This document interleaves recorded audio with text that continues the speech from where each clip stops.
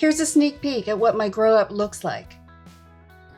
A garden full of blooms. Isn't that what we're all waiting for? While my tiny garden is still dormant, the work starts inside. But before I can get to this, I have to set up the flower grow up. Stick with me. I'm going to show you how I MacGyvered a grow light stand out of something you probably have in your home but aren't using. You're probably wondering why I'm standing beside a laundry rack.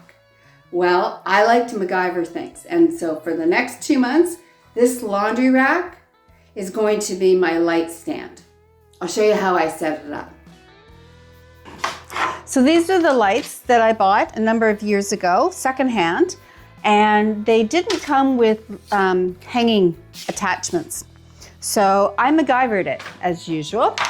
So I just used some garden wire and I slip it in through here between the shade and the, I don't know what that's called, ballast. I don't know what it's called. And even this out a little bit.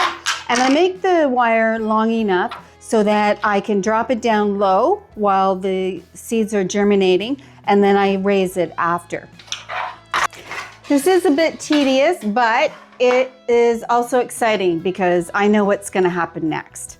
I'm going to set up my light stand and I'm going to sow some seeds and I'm going to grow some plants. And that's really exciting.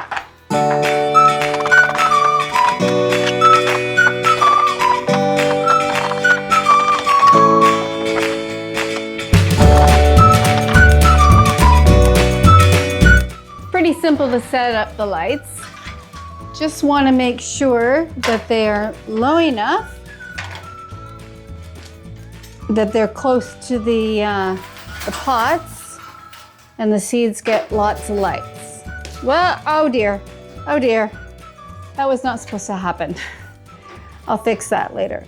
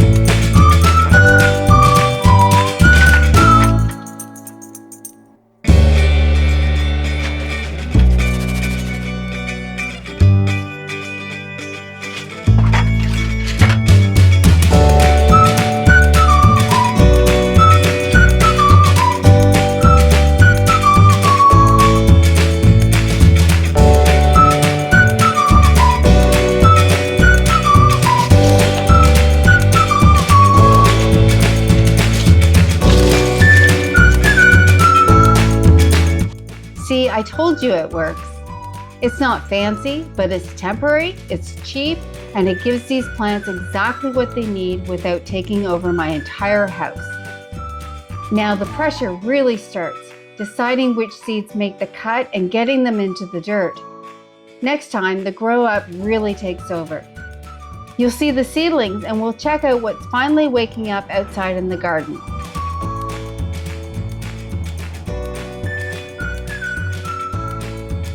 Hit that subscribe button and ring the bell so you can see how this MacGyvering actually paid off.